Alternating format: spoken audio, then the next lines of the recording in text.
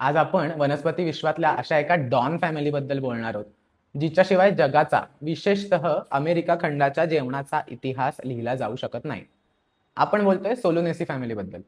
आज तुम्ही आम्ही आवडीने खातो ते बटाटे, लाल चुटूक टोमॅटो, वांगी, चमचमीत मिरच्या, अगदी तंबाखू सुद्धा हे सगळे याच सोलोनेसी फॅमिलीचे सदस्य आहेत. फॅमिलीचा मूळ इतिहास असा आहे की दक्षिण आणि मध्य अमेरिका खंडाशी तो जोडलाय. तिथून साम्राज्यवादी ही फॅमिली जगभर पसरली. आज जगाच्या किचनवर राज्य करते.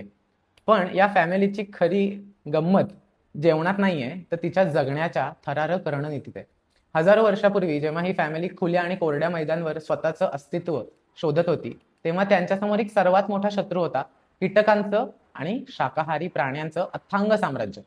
कीटक प्राणी हिला आणि हिच्या पानांचा, मुळांचा फडशा पाडत होते.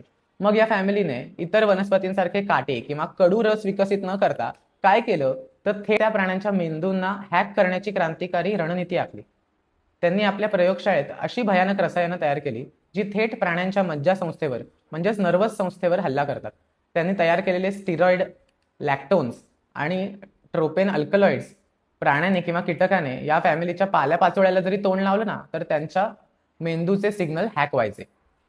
त्यांना भ्रम व्हायचा, ते शांत होऊन पॅरालाइज व्हायचे. मग याच मज्जासंस्थेला हॅक करणाऱ्या अद्भुत क्षमतेतून जन्म झाल्या आपल्या स्टिरॉइड युक्त बाहुबली म्हणजे विथानिया सोमेनिफेरा, आपली लाडकी अश्वगंधा.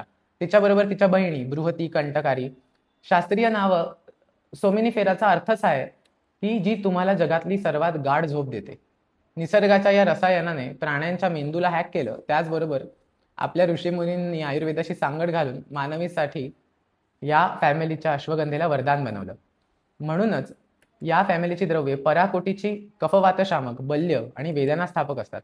जेव्हा माणसाचं शरीर थकतं, हाडं झिजतात किंवा स्ट्रेस हॉर्मोन म्हणजेच कॉर्टिसॉल वाढून रात्रीची झोप उडते, तेव्हा या फॅमिलीचं न्यूरोकेमिकल विज्ञान माणसाच्या मेंदूला साधूसारखं शांत करतं आणि स्नायूंना घोड्यासारखी ताकद देतं. हा केवळ भाज्यांचा किंवा औषधांचा डबा नाही आहे. हा अमेरिका खंडापासून भारताच्या जंगलांपर्यंत पसरलेला मेंदूला हॅक करणाऱ्या निसर्गाचा सर्वात मोठा चमत्कार आहे.